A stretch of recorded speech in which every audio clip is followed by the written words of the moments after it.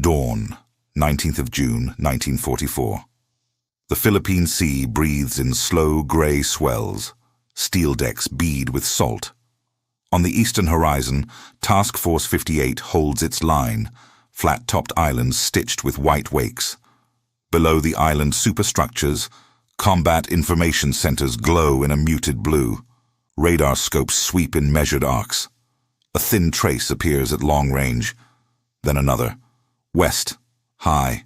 Fast. Aboard the carriers, the routine is practiced and quiet. Engines cough to life. Ordnancemen check belts and racks. Pilots climb the ladders, adjust harnesses, tuck maps into their legs. Above them, F-6F Hellcats circle in a rising helix. Combat air patrol tightening like a clenched fist.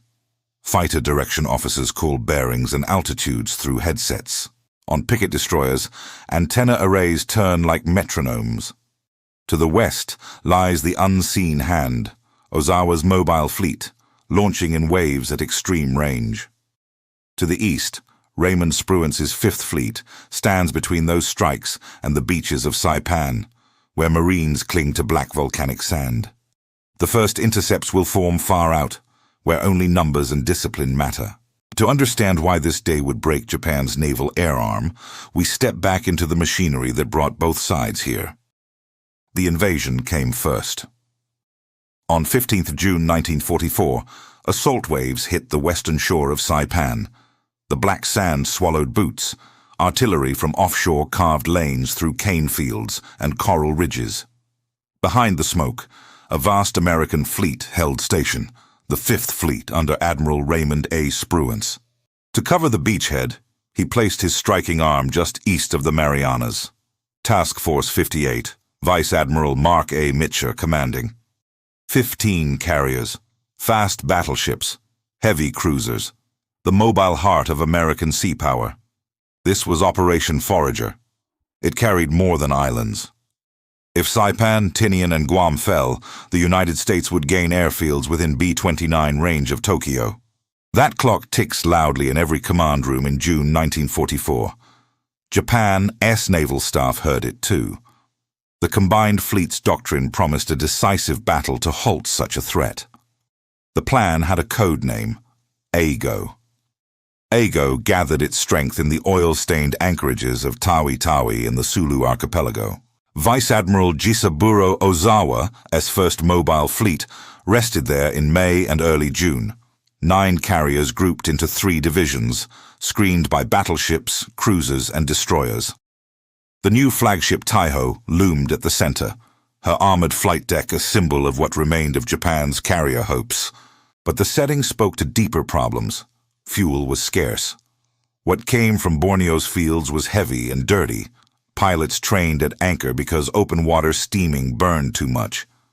Experienced aircrew had been bled away in 1942 and 1943. Replacements were numerous but green.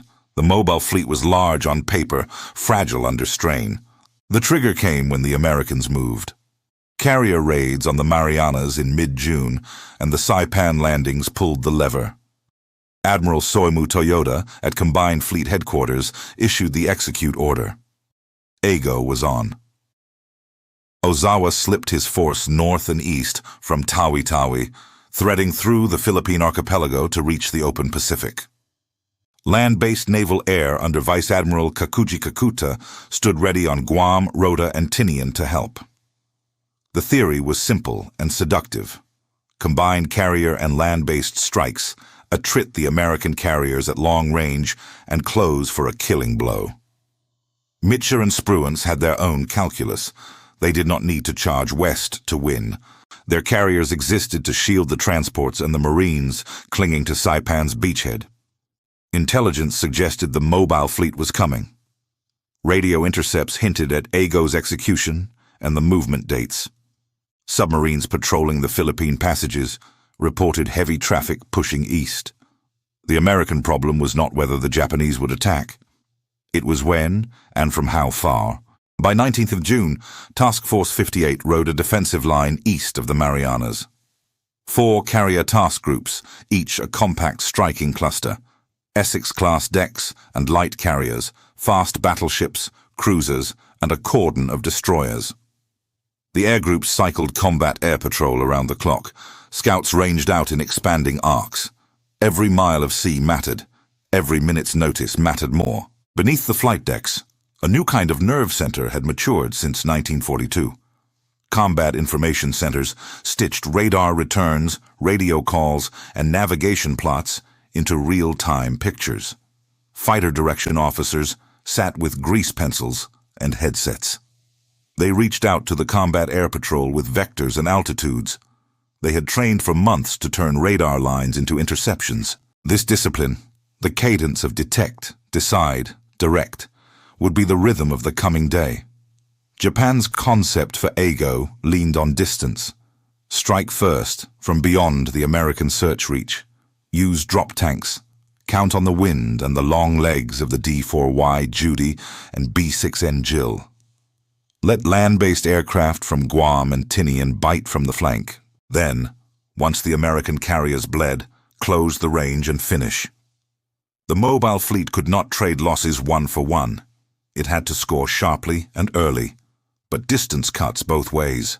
The farther Ozawa launched, the longer his pilots flew over blue nothing.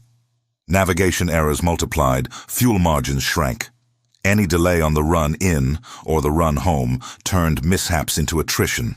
And at the far end of each long arc lay American radars, flak, and fighters that had trained to work together as a system. The Japanese knew the American carriers had radar. They did not yet grasp how completely it had been woven into the fleet's reflexes. In the Marianas, land and sea converged into one strategic point. On Saipan, the fight for ridges and villages went on day and night. Offshore, Spruance balanced two imperatives: protect the beachhead and annihilate the enemy fleet if it showed. Debate would follow about how aggressively he should have pursued, but in the moment, he chose to hold east and make the Japanese come to him. That decision would give his fighter directors space. It would give his logistics train room to breathe. And it would force Ozawa to spend his air strength at the far end of a long tether. Everything was now in motion. The convoys, the carrier decks, the radars, the submarines watching the sea lanes behind Ozawa. The battle that followed would be decided by the interplay of systems more than any single duel. To see why, we need to open the hood on the American network. Its radar, fighter direction, and the fuel and ammunition backbone that kept the carriers ready to fly again and again. Beneath the steel and flight decks, the American advantage was a system. It started with eyes that did not tire. Air search radars on carriers, battleships, and cruisers swept the sky in long pulses, plotting aircraft groups beyond the horizon. On destroyers stationed as radar pickets, smaller sets filled the gaps, catching low flyers and giving depth to the picture. In each task group, combat information centers gathered these returns onto plotting boards. Grease pencils traced courses. Bearings and altitudes were called, checked, corrected. Out of the hum of machinery and headsets, a single coherent track appeared. Friend, foe, or unknown. Fighter direction turned information into distance. Fighter direction officers managed the sky as if it were a chessboard laid flat over the ocean. Cap sections climbed to assigned altitudes in layered rings. Controllers issued vectors and heights in clipped phrases. Intercepts were planned from the first trace, not the first visual.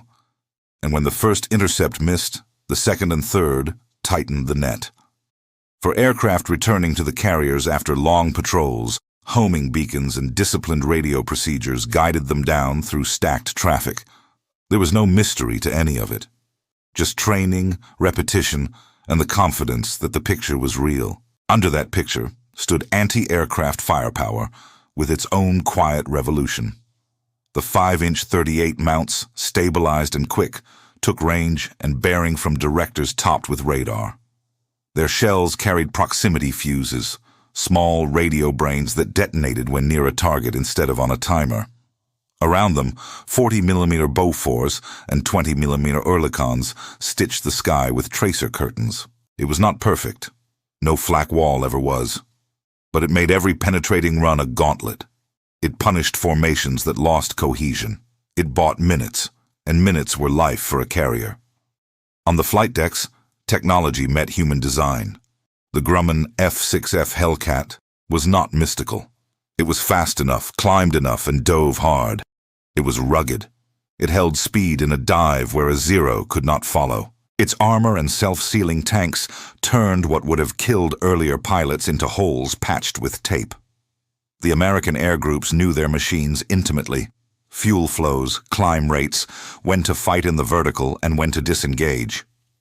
The doctrine was simple. Keep the initiative, avoid slow turns, and fight as teams. The radios carried that doctrine from cockpit to cockpit. The opposing force had strengths, and the Japanese airframes could still kill. The A6M50 was light and agile, with improved speed over earlier models. The Yokosuka D4Y Judy dive bomber was fast and sleek. The Nakajima B6N Jill carried a torpedo that, if dropped correctly, could wreck a battleship. But these aircraft paid for range and speed with fragility, minimal armor, marginal self-sealing, few fire extinguishers. A hit that a Hellcat could absorb often set a Japanese plane aflame. Radios were fewer and less reliable. Fighter direction off Japanese carriers relied largely on visual spotting and ad hoc control. Their radar sets existed but did not knit the fleet together the way American gear did. Their CIC practices were embryonic. Their pilots had courage, not ours. Range governed everything. Ozawa's plan aimed to strike from beyond the Americans' reach, using drop tanks and the long legs of carrier bombers. At such ranges, small errors in navigation became catastrophic. A headwind could turn a safe fuel plan into an empty tank over an empty sea. A confused rally point could scatter a raid into powerless fragments. The Japanese recognized the risk and planned alternates. Land at Guam if recovery on the carriers proved impossible, but every alternate implied attrition. Even a successful raid would bleed in transit. The American force planned for endurance. Behind Task Force 58 moved an industrial river at sea. Fleet oilers, ammunition ships, and tenders formed into replenishment groups. They rendezvoused east of the Marianas under air cover from escort carriers. Fuel came across hoses strung between gray hulls at 12 knots. Ammunition was passed by highline. Spare engines and even whole aircraft cycled forward from rear areas to the mobile depots at atolls, like any Wetok. Pilots rotated. Air groups were topped up with replacements. This was not a single-day gamble. It was a campaign sustained by workshops, depots, and schools across an ocean. The contrast with Japan's position was stark. Tanker losses to American submarines had bitten deep. Borneo crude fouled engines and filters. The Mobile fleet's training at Tawi was cautious because fuel was finite. Every hour airborne was an hour the fleet could not afford to spend. When Eigo was ordered, Ozawa sorted with numbers, but not depth. He could launch large raids once or twice. He could not replace their pilots if they were lost. He could not sustain a week of heavy flight operations far from base without exposing his oilers to the same predators that had thinned his tankers for months. Intelligence fed these systems. American codebreakers had not read the entire Japanese plan in June, but they had enough. Rhythms of movement, call signs, the pulse of orders. Submarines took up silent posts along the Philippine exits and the approaches to the Philippine Sea, reporting heavy wakes and trailing targets. Search aircraft from the carriers probed for the enemy with set sector discipline. The result was not omniscience, but it was coherence, enough to hold a defensive axis and force the enemy to commit into prepared skies. The men on both sides sensed the shape of the coming fight. It would be long-range, radar-sighted, and directed in the ether as much as by eyes. It would hinge on the ability to find first, vector faster, and keep pilots alive to fly again the next day. And within that frame, individual courage would meet the logic of systems. Which brings us to the core perspectives that explain how the day unfolded and why one side broke. The radar picture appears before the horizon does. On the carriers and fast battleships, SK antennas turn slowly, their beams painting the air at 150 miles and more. On the picket destroyers, older SC-2 sets watch lower, quicker. Height finder scopes on the big ships refine the trace. In each combat information center, a plot grows from faint to firm, bearing, range, speed, altitude. The board tells a story in chalk and grease pencil. Fighter direction officers treat that story as an instrument panel for the whole task group. They stack the combat air patrol in layers, some high to pounce, some mid-level to cut through, some low to guard the ships. They call headings to intercept from the moment a bogey appears. Time to intercept is measured in miles and minutes. A section misses the first cut. Another section slides into its place. Pilots key their mics, read back vectors, and hold formation through cloud decks. Discipline holds the net tight. The geometry is simple but relentless. Detect at distance. Climb before contact. Turn the enemy into the wind. Make him bleed energy in defensive turns, and press with altitude in hand. The radars do not fly the fight, but they give the fight its start point. When a raid splits, the plot splits with it. When a formation dives, the board shows the loss of height. When stragglers trail, the fighter director shaves a section off to follow them down. The voice on the radio is calm because the picture is coherent. Behind that calm lies hardware tuned to a purpose. Mark 37 directors with Mk-1222 radars are ready to throw 5-inch shells into the path of any leaker. VT-fuses wait in the magazines. The carriers hold course to keep the wind right for launch and recovery. The battleships steady to keep their directors locked. The destroyers pivot to keep their antennas clear. Information flows. Orders follow. Intercepts form out where the ocean is empty and numbers rule. The system makes contact predictable, and when contact is predictable, the defenders spend their strength efficiently enough to be ready for the next wave. Under the headsets and behind the glass, every plot point is a pilot with fuel to manage and nerves to hold. The American air groups are not new to this cadence. They have trained as teams on the East Coast and in the Pacific, flown patrols, fought in smaller actions, and rotated back to carriers after stateside refits. In the Hellcats and Avengers are men who know how to pace their oxygen, when to keep a section tight, when to break into a slashing dive. They talk across frequencies. They trust the voice giving them vectors because the last dozen times, those vectors put them on target. Across the horizon come men with courage, many of them making their first long overwater combat flights. Before the war, Japan's naval air training was long and elite. By mid-1944, it is compressed. Classroom hours shrink. Navigation practice trims down. Simulator time is minimal. Range remains unforgiving. A headwind turns a fuel plan brittle. Drop tanks sometimes refuse to come off. Carburetors ice.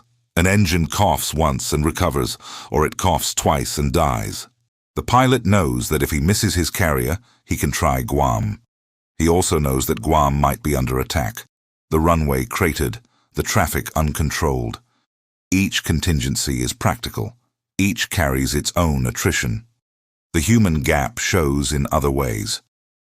American air groups come off the deck with spare parts behind them, replacement aircraft waiting on escort carriers, and relief pilots sleeping in ready rooms. They brief with intelligence summaries taped to bulkheads, photos of enemy silhouettes, performance notes, tactics reminders in a few words. Japanese aircrews carry the weight of irrecoverable loss. A leader shot down is not replaced by a seasoned hand next week. A flight scattered by weather may not reform. The difference in experience is not only flight hours, it is recovery from error. Yet when contacts merge, the contest is personal. Eyes on a sliver of sun through plexiglass. A hand steady on the throttle detent. The zero still turns sharply if drawn slow. The Judy still dives fast. The Hellcat still takes hits that would shred thinner skins. In those moments, survival rides on taut reflexes. Keep speed, avoid flat turns, break into the firing line, rejoin, climb back into the net. Over the Philippine Sea, the human element never disappears. It is channeled by a system that spares the American pilots time and options and denies the Japanese pilots both. The margin of survival in the Philippine Sea was measured in seconds and meters. Technology squeezed that margin. It began with how the ships saw and shot. The 5-inch 38 batteries, slaved to Mark 37 directors topped with Mark 1222 radars, could put a timed storm into a patch of sky the instant a leaker broke through. The shells carried proximity fuse, tiny transmitters that sensed a target's presence and burst near it. No more guessing the exact time and distance. A near miss counted. Against aircraft built light for range, near misses mattered. Below that curtain, the mid-caliber guns filled the gaps. 40mm Bofors under Mk-51 directors carved steady arcs with tracer. Their 4-barrel mounts walked fire into crossing targets. The 20mm Oerlikons were last-ditch, quick to swing, chewing at wings and radiators. This tiered architecture, radar-directed heavy guns, optically directed intermediates, and close-in light guns, made a single-engine run into a series of choices with no good answer. Dive, and you met Bofors cones. Level out, and the 5-inch shells bracketed your path. Any hit that did not kill still sprayed fragments that Japanese airframes struggled to survive. In the air, the technology turned on what pilots could endure and what their machines could take. F-6F Hellcats carried 6 50-caliber Brownings with armor-piercing incendiary rounds and reliable feed. Their cockpits were protected. Their wings could soak damage. Their self-sealing tanks shrugged off small-caliber hits that would have gutted an earlier generation. The A6M50 could now dive faster than its predecessors and had better roll at high speed, but it still lacked armor and comprehensive tank sealing. The Yokosuka D4Y Judy was swift for a dive bomber, yet delicate. A single burst could set its fuel alight. The Nakajima B6N Jill carried a refined Type 91 aerial torpedo with stabilizers for clean water entry, but to deliver it, the crew had to run low, straight, and long under that layered fire. Fire control in the American system was a choreography. Radar acquisition fed CIC plots. Plots fed fighter vectors. Fighters stripped the raids. The guns waited for the leakers and shot where the math said they would cross. Each part depended on the others, and each part was robust enough to carry weight when another faltered. A section of cap missed a tally. The guns were already zeroing the most probable ingress. A director lost a set. Nearby ships shared data and filled the arc. Japanese carriers had radar sets, Type 21 for air search, Type 13 for early warning, but they were fewer, less precise, and seldom integrated into fleet-wide fighter direction. Much was still done by eye and flag, or by radio calls that stacked channels with confusion. Escorting Zeros often found themselves tied to bombers in tight knots, rather than flexed to altitude where they could pounce. When American Cappy hit from above and behind with speed, the escort's advantage evaporated. Even when a Judy or Jill broke free, it reached the outer edge of American formations with altitude spent, fuel margins thin, and timing off. There were other quiet amplifiers.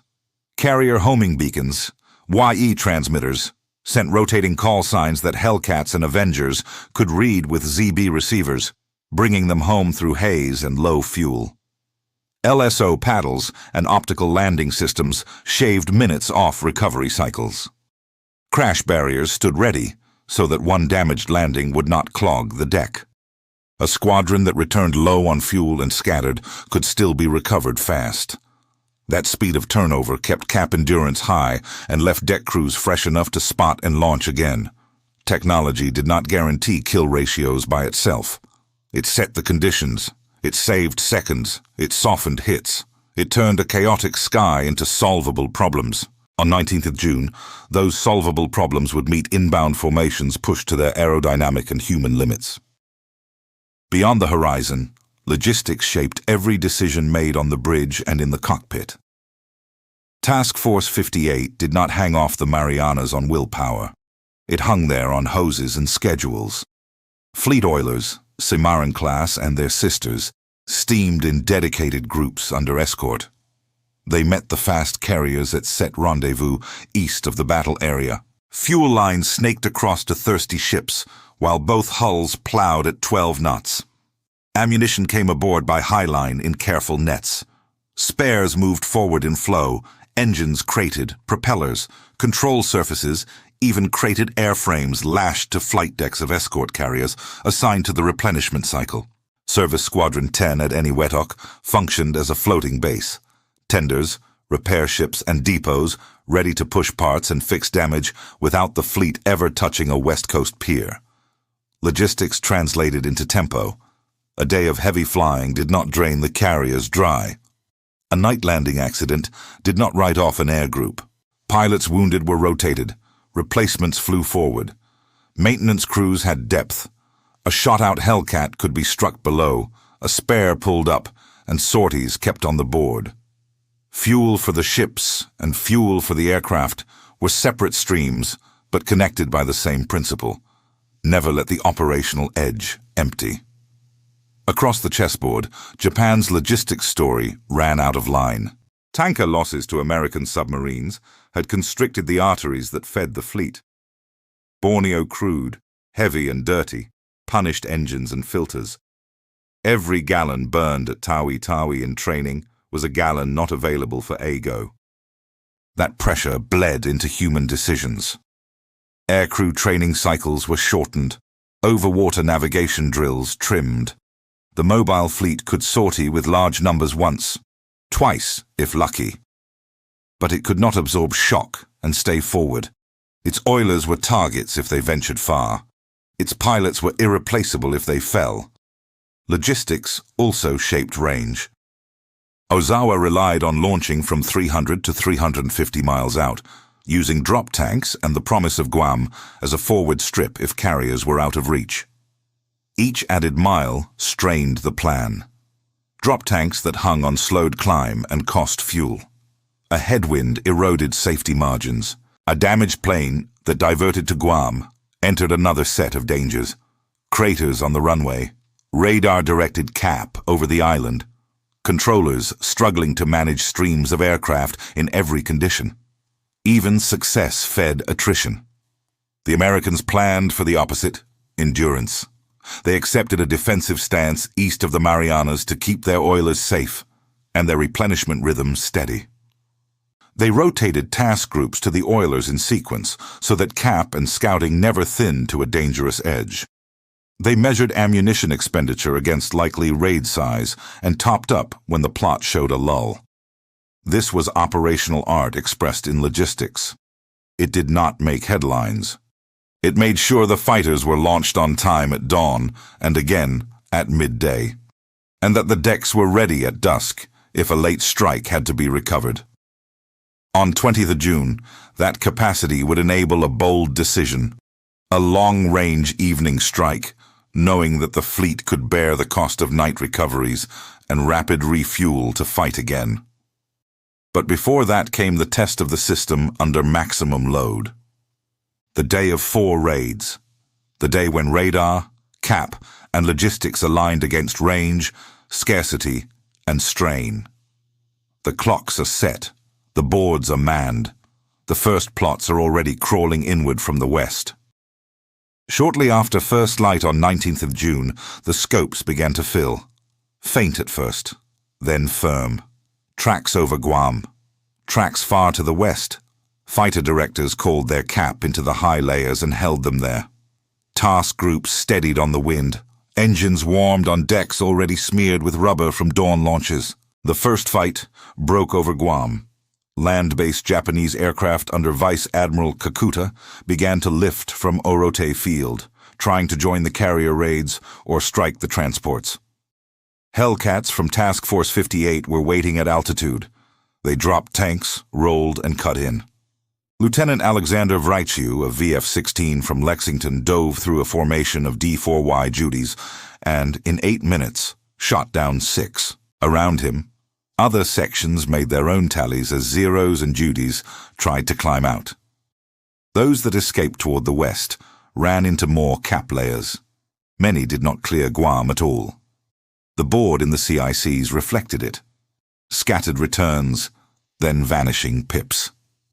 Mid-morning, the main carrier raids reached the edge of the American radar umbrella. Ozawa's first wave had launched from hundreds of miles out, fighters, dive bombers, and torpedo planes spread across a long arc. The intercept geometry was set before they saw a ship. Fighter direction officers plotted speed, altitude, and bearing. Vectors went out in calm voices. Hellcats knifed down from above and behind. Bombers began to fall before they reached their rendezvous points. Escorts tried to turn and tangle. High-speed dives shredded their formations. Some attackers slipped through. A handful of Judies clawed into the inner ring over Task Group 58.7, the fast battleships. At 10:49, a single bomb found USS South Dakota. It punched through, detonated, and killed and wounded dozens. The ship kept station. Directors stayed locked. The sky around her filled with black bursts and white splashes as near misses marched in.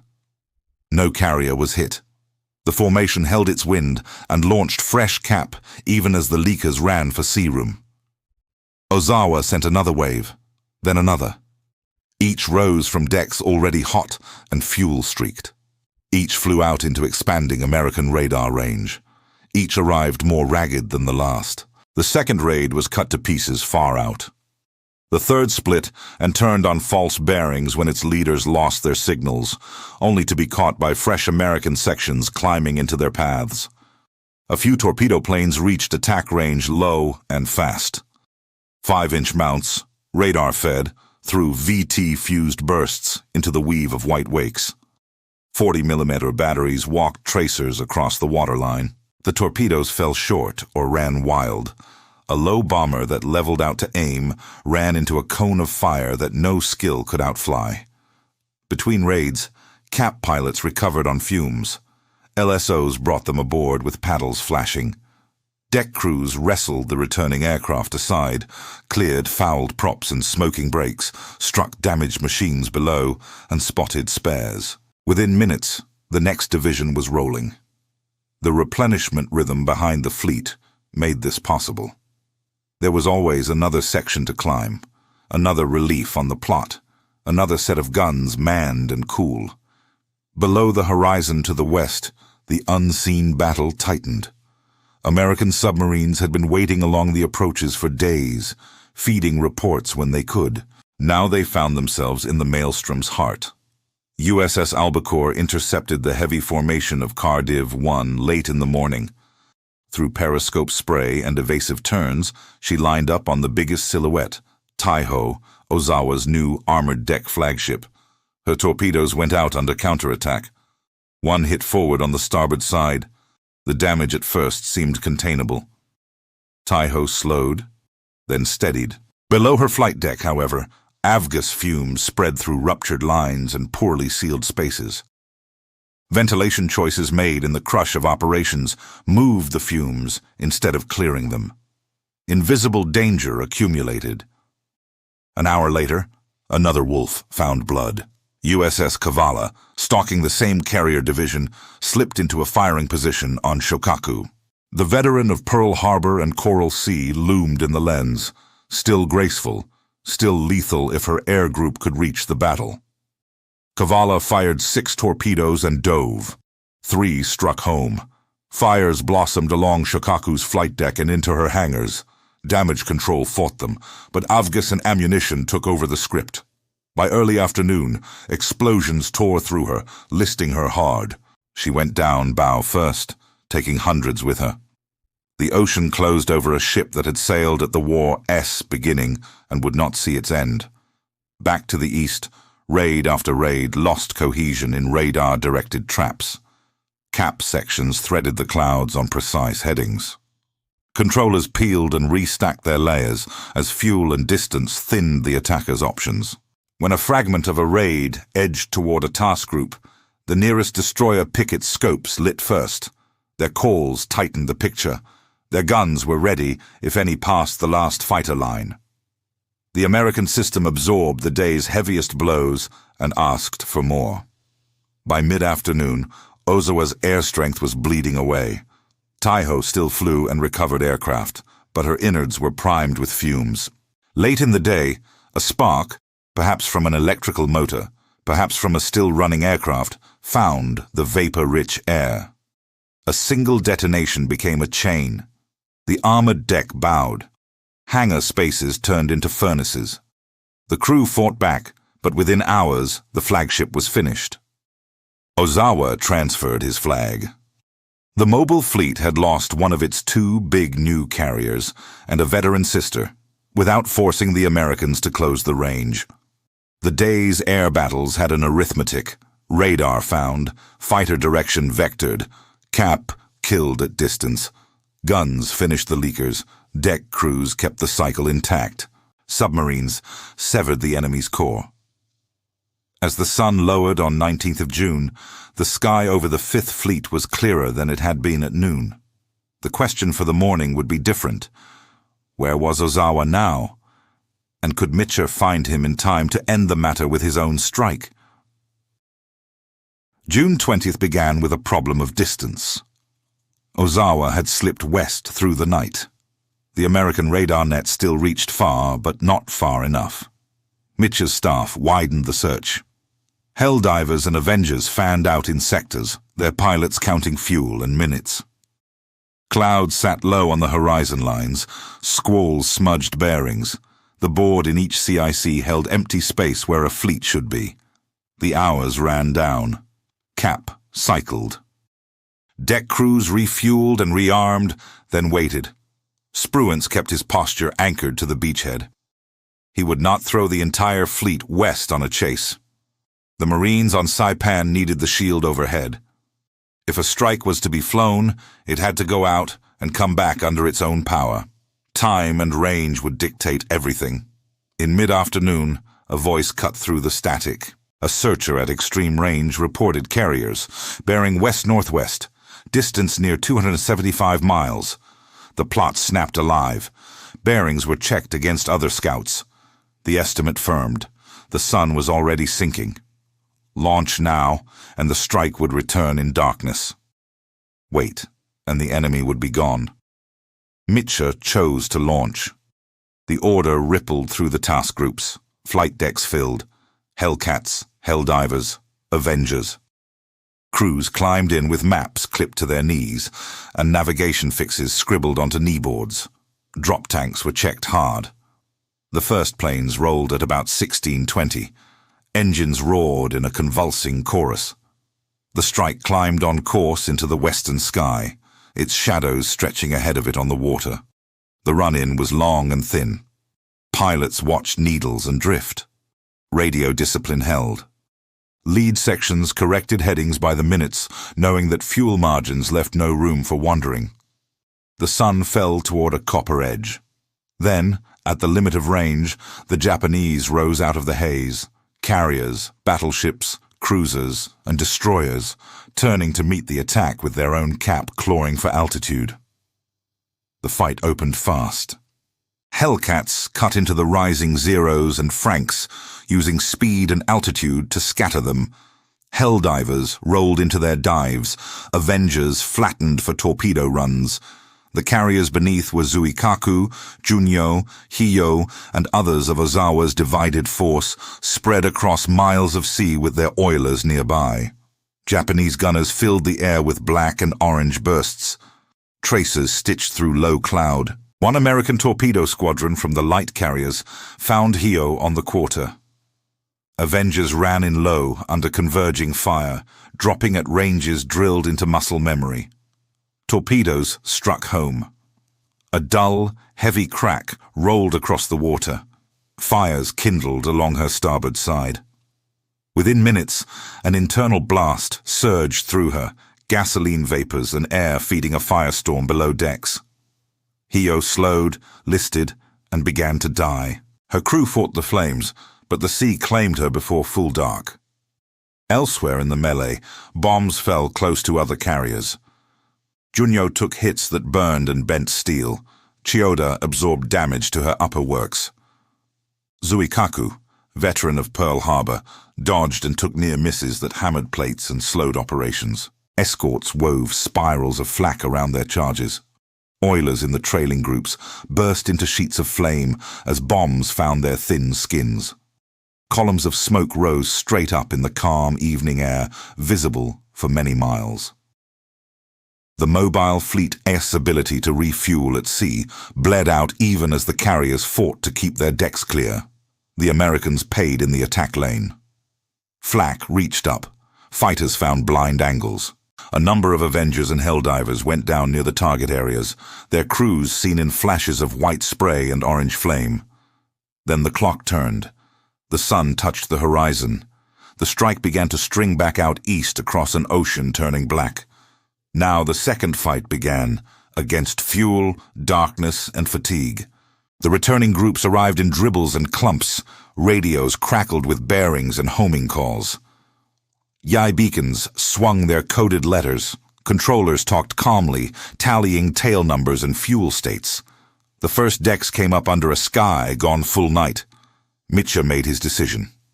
The carriers lit themselves. On the flat tops, floodlights burned. Deck edge lights came on. Searchlights pointed straight up and held. Cruisers fired star shells to lift a ghost daylight over the approaches. Destroyers pointed their lights into the sky and waited downwind for splashdowns. The risk was obvious.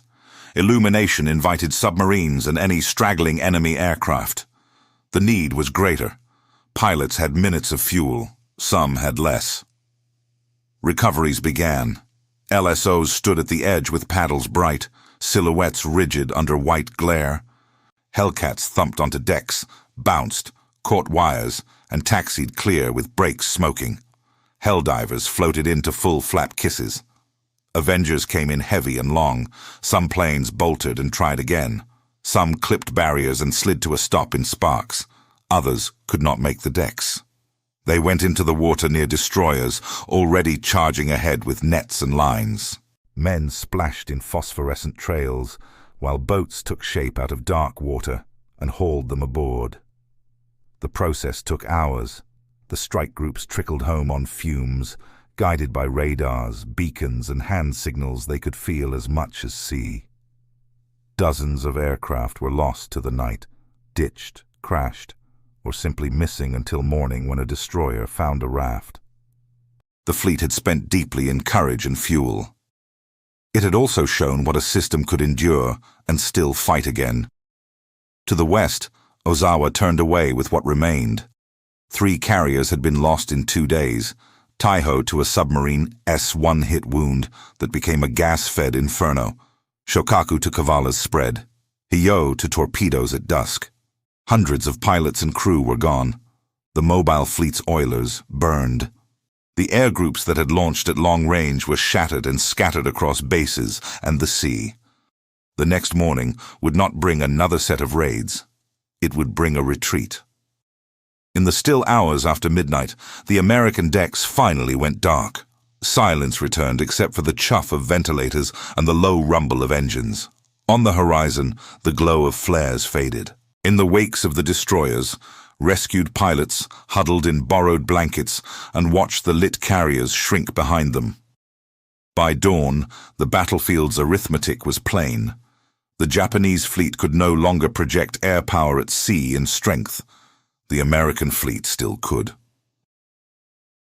By dawn on 21st June, the arithmetic had names and hull numbers. Japan had lost 3 carriers, Taihō, Shōkaku, and Hiyō. Hundreds of aircraft were gone with them. Ozawa's survivors, Zuikaku, Junyo, Ryuho, and the light decks, turned for home with thinned air groups and battered confidence. Smoke from burning oilers still stained the western horizon. The mobile fleet had not broken through, it had broken apart. The ledger in the air was stark. On 19th of June, U.S. pilots and gunners claimed more than 300 kills during the Turkey shoot. Post-war tallies credit roughly 240 to 250 Japanese aircraft destroyed in the air that day. with dozens more lost to ditching, ground attack over Guam, and operational failures. On 20th June, Hiyō's loss took still more aircrew with her. In 2 days, the mobile fleet's carrier aviation was gutted. The trained nucleus, the leaders who carried doctrine in their heads and calm in their hands, was gone. American losses existed, but their pattern told a different story. Fewer than 50 aircraft fell in air-to-air combat and flak on the 19th. The heaviest loss came in the night. Dozens of planes ditched or crashed returning from the long dusk strike on the 20th. Destroyers pulled men from black water by searchlight and flare, hauling pilots over the rails in fuel-soaked flight gear. They would fly again after a hot meal and a day's sleep. The machines were replaceable. The men were saved. At sea level, only one major American warship took a bomb. USS South Dakota absorbed a single hit and kept station, her gunners still ranging leakers, and her directors steady. Casualties were real, over 24 killed and many more wounded, but the battle line remained unshaken. No carrier was touched. No oiler in the American train was lost. The replenishment cycle, oilers sliding alongside, ammunition nets moving deck to deck, continued as scheduled. Japanese damage ran deeper than the list of ships. Shōkaku's loss erased a veteran air group's home. Taihō's destruction killed the symbol of Japan's attempt to field an armored deck carrier comparable to the Essex's. Hiyō's end under torpedo fire showed that even a contact fort at the edge of range could reach a carrier through disciplined attack. The mobile fleets supporting oilers, struck, set aflame, or sunk, left Ozawa with no way to linger, no way to reconstitute forward, no way to try again in days rather than months. The strategic retreat that followed was not a choice. It was physics. On Saipan, the effect was immediate and practical. With the Japanese carrier threat blown back beyond reach, carrier task groups tightened the umbrella over the beachhead. Airstrikes on Orote and Azlito pounded remaining runways and revetments. Land-based naval air on Guam and Tinian faded under the combined weight of cap and bombardment. The Marines and soldiers dug forward through caves and sugar fields, without the specter of massed carrier raids returning at dawn. The timetable for Operation Forager held. Dates began to align. Saipan would fall by 9 July. Tinian would follow by the end of the month. On those islands, Seabees and Army engineers carved runways out of coral, long, wide, and built for the weight of B-29s. By November, the first superfortresses would lift from the Marianas toward Tokyo. That line on a map ran straight through the Philippine Sea and the wrecks on its floor. Under the waterline of events were the pilots' stories. American aviators catching the third wire at midnight, Japanese crews bobbing in rafts that no rescue ship would find, fighter directors stepping from their dark CICs into daylight with salt rings dried into their cuffs. On both sides, courage had been expended at the edge of skill and endurance. The difference lay in how each fleet could recover from loss. One could fill squadrons, refuel at sea, and fly again tomorrow. The other could not. The moniker Great Marianas Turkey Shoot stuck because of the kill ratios, but the deeper truth sat in the machinery of the fight. Radar that saw before eyes fighter direction, that turned traces into interceptions, and logistics that made a 2-day battle only one beat in a month-long campaign. Those systems kept the Marines covered, kept the carriers flying, and kept the pressure where it mattered most. What followed in Tokyo and within the combined fleet built on this outcome. A reckoning with fuel training and the very role of carriers in a navy that could no longer defend its own lifelines. An adjustment that would shape the next encounters from the Bonins to the Philippines. In Tokyo, AGO ended in silence.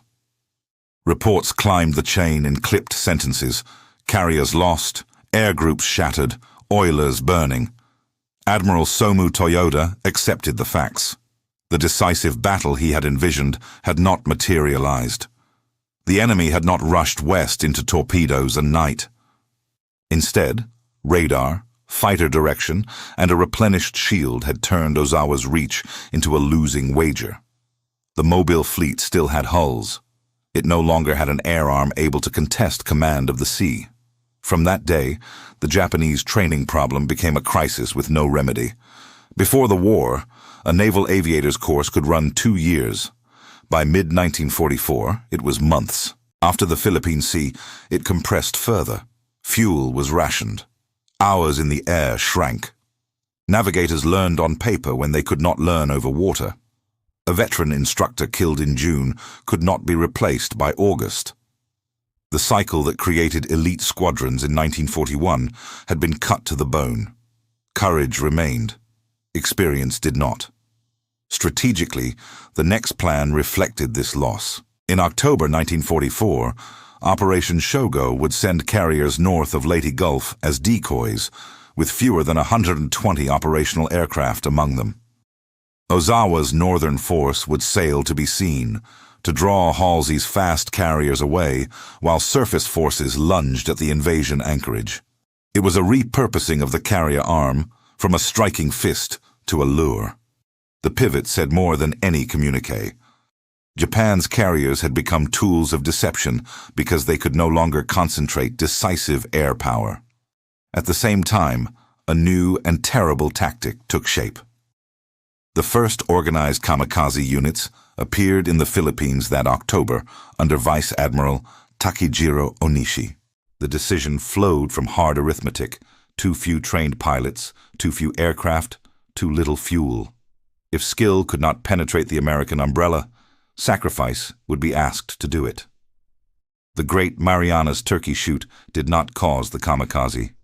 It made clear why someone would reach for it. On the American side, the battle affirmed a way of war. Spruance absorbed criticism for not driving the fleet hard west on the 19th. His answer lay on the maps and in the holds. The Marines on Saipan needed cover. The oilers needed protection. The carriers needed the wind. Task Force 58's mission was to hold the shield and kill what came through. It did. The decision not to chase gave Mitscher the intact deck load that made the dusk strike possible. It also kept the replenishment schedule steady. By design, the fleet was ready to fly at dawn on the 21st if needed. That is not indecision. It is logistics set above impulse. The numbers settled into doctrine. American claims from the turkey shoot were trimmed in post-war analysis, but the scale remained clear. On the order of 500 or more Japanese aircraft lost across 2 days, including carrier and land-based.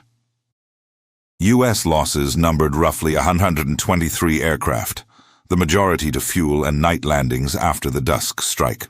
3 Japanese carriers were gone: Taihō, Shōkaku, Hiyō, along with vital oilers. American capital ships remained in line. The kill ratios made headlines. The logistics underneath made the headlines possible. The operational map changed in weeks. Saipan's fall opened the Marianas as a forward air base.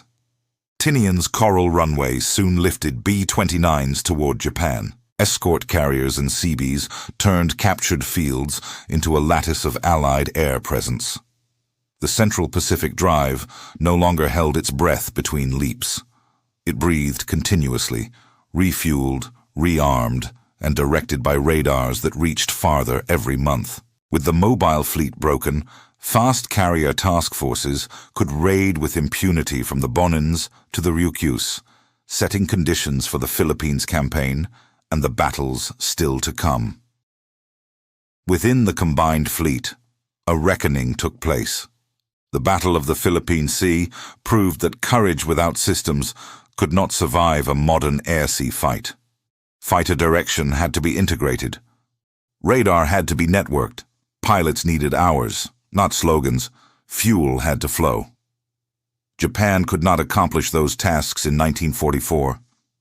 Its submarine losses, oil shortages, and industrial limits forbade it. The strategic center of gravity, air power at sea sustained by logistics, had slipped beyond reach. Pilots and sailors felt the shift first. American aviators who had fought on 19th and 20 June slept for a day and then briefed for new strikes. Japanese crews who escaped from carriers lost their squadrons, their decks, their mentors. Some would fly again from land. Many would not. The sea had closed over more than hulls. It had closed over a concept that a bruised carrier force could still draw the United States into a decisive battle and win it on audacity. From that closing line of thought comes the broader meaning. The turkey shoot was not only a day of tallies. It was a demonstration of an integrated system, radar, cap, and logistics, against an opponent bled of fuel, training, and cohesion. The reflection that follows draws those lines together and asks what they changed in the ways navies fight, and in the costs paid by the men inside those systems. The nickname makes it sound simple. It was not. The turkey shoot was a day when many attackers died quickly, but the ease was engineered. Radar turned distance into warning time. Fighter direction turned warning time into altitude and position. Logistics turned a single day of violence into a sustainable rhythm. Those three, sensors, control, and supply, met courage and training on the American side, and together they produced an outcome that bravery alone could not reverse. For Japan, the breaking point was structural. Hiyō asked green pilots to fly extreme ranges from carriers fueled by a constricted pipeline toward a fleet that could see first, think faster, and absorb shock. The decisive clash that doctrine promised arrived only as a slow, grinding attrition over hundreds of miles. Each mile punished training shortcuts, magnified navigation errors, and burned fuel that could not be replaced. Even where individual skill flared, the system behind it could not sustain the next sortie. For the United States, the battle marked maturity. In 1942, American carriers had fought with thin CAPI, patchy radar practice, and fragile logistics. By June 1944, CICs were disciplined, fighter directors were fluent, and underway replenishment was an art. The fleets did not simply win an air duel. They demonstrated a way of fighting that tied the flight deck to the oiler hose and the plotting board, and made all three decisive. The human ledger remained raw. On the night of 20th June, pilots came home on fumes, saw the decks turn into islands of light, and lived because destroyers stood ready to fish them from black water. West of them, Japanese airmen flared into the sea or glided toward runways already under bombardment. Skill and resolve were everywhere. The difference lay in what waited behind each man when the fuel ran out or the compass wandered. This is why the Philippine Sea broke Japan's carrier air arm, not because its pilots lacked courage, but because a modern carrier war had become a contest of systems, and only one side could sustain the cost. From the Marianas, new runways reached for Tokyo, and a new grammar of sea power took hold. Find first, direct precisely, refuel forever. The ocean looked the same the next morning, but the balance upon it had changed for good.